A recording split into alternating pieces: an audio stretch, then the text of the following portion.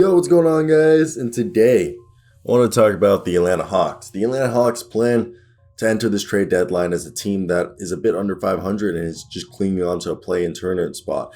And it is clear that this is a team that does not want to be in the lottery. They have zero interest in being in the lottery, especially after making it to the Eastern Conference Finals last year. Now, they'll continue to be aggressive in the trade market as they have been heavily linked to Ben Simmons, to Detroit's Jerami Grant, and as well as Boston's Marcus Smart and CJ McCollum. They've already dished out Cam Reddish for, a top 18 protected pick from New York via Charlotte, and will continue to look for high-level defenders and trusted secondary shot creators who can control the offense with or without Trae Young on the floor.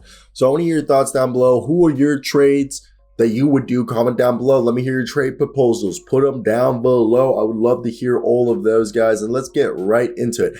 As with all deadlines, most rumored trades do not end up happening. What is happening behind the scenes is that, the Hawks general manager, Travis, is looking for ways to improve the trajectory of this season.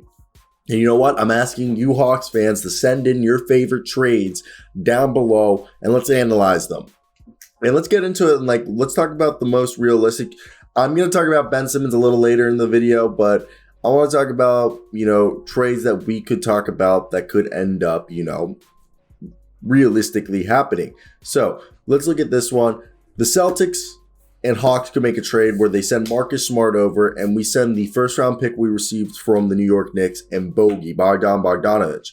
And there's been some chatter about a Smart Bogdanovic trade framework in the past few days on the rumor mill. Whether or not it actually materializes is a different thing. Smart is someone that the Hawks have been interested for quite some time. It's obviously why you look for a guy like this. More defense and more players who can create for themselves and actually create for others. And Smart fills that need, even though he sometimes plays a little bit with reckless abandonment and is a bit turnover prone. And the Hawks should use another voice in the locker room who's respected and not afraid to hold anyone accountable. And they're kind of missing that right now with this being mostly a quiet roster and John Collins complaining that his words go unheard. And it likely would require a bit more than just a Charlotte first rounder to get this deal done. But I think this is like a framework. Bogdanovic, the Charlotte 22 first round pick, and maybe another first round pick for Marcus Smart. What do you guys think of that deal? Let's hop to the next one. The Spurs have been trying to move Thaddeus Young, and the Hawks have been interested in moving Danilo Gallinari. So Danilo Gallinari, DeLon Wright, Timothy Luwawu-Cabarrot, and Charlotte's 22 first-round pick for Derek White and Thaddeus Young. And this one is actually one that gets me to think pretty hard because this deal effectively gives the Spurs more cap space heading into next season because they could just waive Gallinari in the offseason and just pay him his $5 million guarantee. DeLon Wright is an expiring deal, and so is Timothy Luwawu-Cabarrot. None of these players would be part of the Spurs' future, so you'd have to look at this offer through the lens of how much does San Antonio value the addition of cap flexibility by getting off of White's contract, and also is the top 18 protected first-round pick the best thing they can get in trading him, Thaddeus Young, who would be a useful veteran for the Hawks playing the power forward position behind John Collins and also being the small ball five who can facilitate for others. My guess is the Spurs could get something a bit better for a package of White and Young from a different team, but if this is the best they can do, they definitely would do this because it isn't a bad haul. White's the kind of player who makes a lot of sense for the Hawks as a secondary ball handler. He's an excellent defender who can play next to Young in lineups, way better than Bogdan, and he's actually a facilitating point guard for the second unit, and Derek White's one of the best pick and roll distributors in the league. And another reworking of the deal would be, DeLon Wright, Gorgie Dang, and Jalen Johnson. But I doubt it. You could take out Jalen Johnson. I think if you do Gorgie Dang, DeLon Wright, and a first round pick straight up for Derek White, I think the Spurs likely would ask for that first round pick, and I think they do this deal. And if the Hornets first round pick is just straight up for White, for just straight up White, you just trade Gorgie Dang, DeLon Wright, and the Charlotte first. I think that's a great deal because, look, you don't have to move Johnson, and it's pretty cool.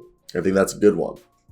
Now, if they trade Timothy Luwawu-Cabarrot and their Charlotte protected first-round pick for Kenrick White of the Thunder, this trade just comes down to how the Thunder view Williams and if that protected first-round pick is enough. Realistically, a pick that low in the first round, you're just kind of hoping that a player could be useful with how Kenrich Williams to develop in the Oklahoma City Thunder. He's a small ball 5 power and a small ball power forward. Basically, he's made 40% of his 200 plus 3-point attempts over the past 2 seasons. He's an exceptionally hard defensive player, and he's a guy who just hustles. And this deal could be more beneficial for the Hawks. And I think they could also add Gallinari into this deal probably.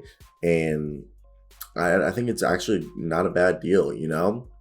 And you could, there's a bunch of deals that we could talk about. Like maybe they flip Kevin Knox and, you know, a few second round picks for Torrey Craig. And this deal makes sense for both sides because the Pacers should be acquiring as many picks as they possibly can while trading away veterans who won't be a part of their future. And Craig has playoff experience, so he'd bolster the Hawks bench. So I think he's definitely someone they could look into, you know, a realistic trade right there. And there's a CJ McCollum, but they're saying that they have to give up John Collins, and I wouldn't give up John Collins for CJ McCollum.